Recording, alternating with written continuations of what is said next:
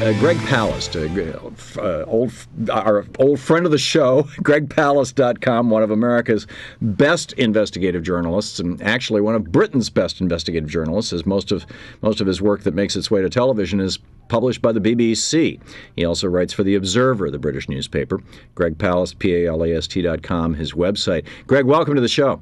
Hey, glad to be with you, Tom. Glad to have you, Greg. Okay. Greg, this whole immigration reform is just absolutely blowing up right now. And particularly since the signing by Governor Jan Brewer of Arizona of this bizarre law in Arizona, and 99 and 44/100% of the media are treating it as a "we hate brown people" kind of thing, or as a racial discrimination, or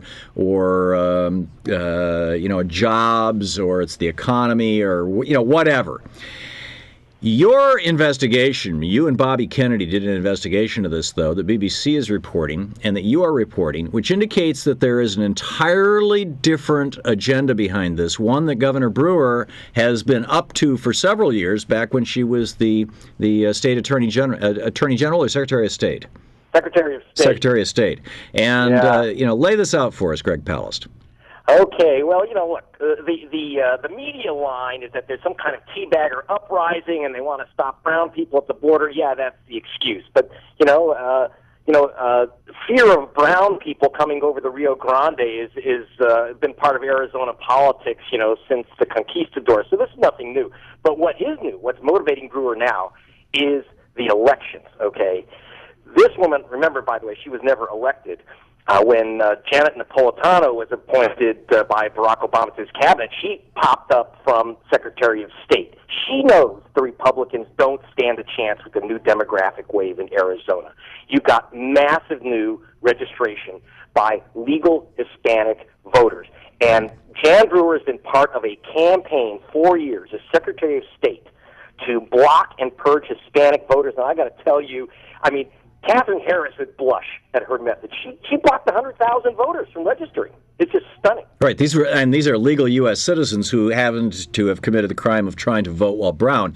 The other thing that is worth noting here, Greg Palast, is that for the state of Arizona, this is nothing new or unique. William Rehnquist, the recently deceased former Chief Justice of the United States Supreme Court, in the 1960s, in the early 60s, made his mark in Republican politics and began his ascent to what ultimately led to his being Chief Justice of the United States Supreme Court by standing at the polls and challenging Spanish-looking or Native American-looking voters and basically getting them bounced out of the polling stations in the 60s.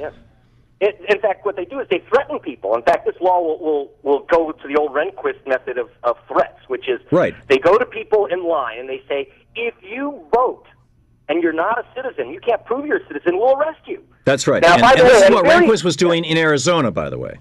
And he was doing it in Arizona, but now they're making it the law, which is going to empower the cops, the Republican Party hacks, to get to basically continue to intimidate and harass the Hispanic voting community. Oh, absolutely. And they don't even need to use the police. All the Republican Party has to do now is hire a rent-a-cop in a uniform that looks like it's a police uniform and have them stand in the voting lines and say, do you have your birth certificate? If not, I might take you to jail.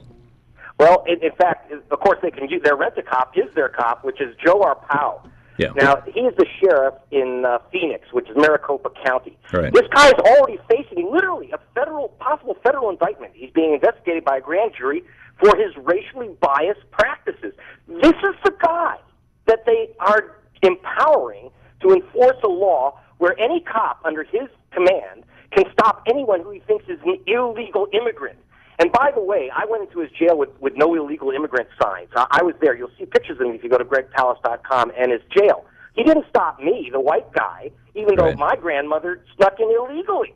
I'm from an illegal Nobody family. asked you for your birth certificate. No one asked for my birth certificate.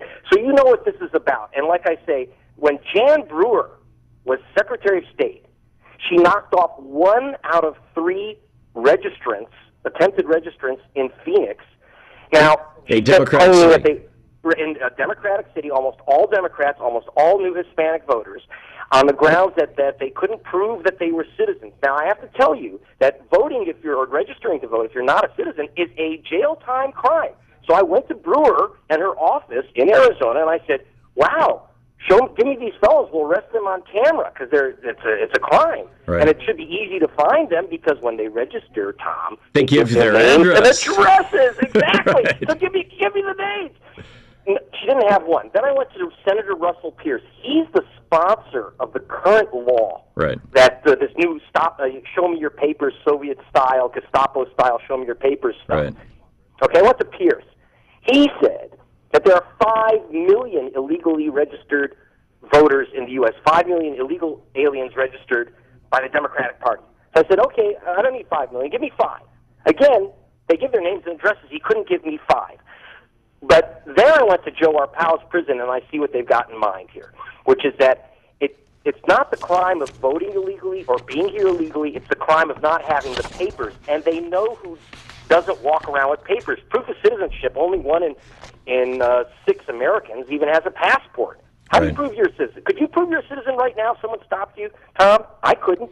Well, and this is where it gets into bizarre land, Greg Palast, is for example, the original birth certificate that the birthers are demanding of President Obama.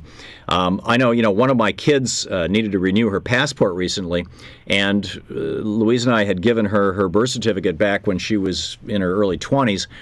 She's still in her 20s, but back 5-6 years ago, and she's lost it somehow. She had to reapply to the state where she was born to get it. She's got a copy, just like the copy that Obama has, given to NBC News, and they posted from the state of Hawaii. I would guess, Greg, that probably 10, 20, 30, maybe even as much as 40 or 50% of actual American citizens don't have their original birth certificate. And then you've got birth certificates issued by different counties, different different places all over the country. And if somebody's in line and the rent-a-cop comes up and says, to vote, and the rent-a-cop says, show me your birth certificate, and they pull something out and he looks at it and says, I don't think this is acceptable. I'm still going to challenge you. I mean, even that might not be enough. Greg, we have about 30 seconds here for you to wrap this up. This is about voter suppression more than anything else. It's the color of the voters that are going to be stopped. That is Democratic blue. Thom Hartmann, Greg Palast, the white guys aren't going to be stopped. You know who's going to be stopped, and that's the history in Arizona. Yeah, and check out the story. And that's what Jan Brewer is doing, and that's what she was doing before. And what was Obama thinking when he made her governor? I guess he really wanted Janet Napolitano at the head of Homeland Security. Rahm Emanuel and the devil can only tell us. Yeah, there you go. Greg Palast, you can read all about it over gregpalast.com, gregpalast.com. Greg, great work. Thanks so much for being with us. Thanks, Tom. Good having you on.